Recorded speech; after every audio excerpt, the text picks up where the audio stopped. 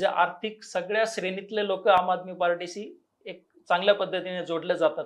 त्याचप्रमाणे सर्व जाती आणि धर्माचे लोक आम आदमी पार्टीकडे जोडले जातात.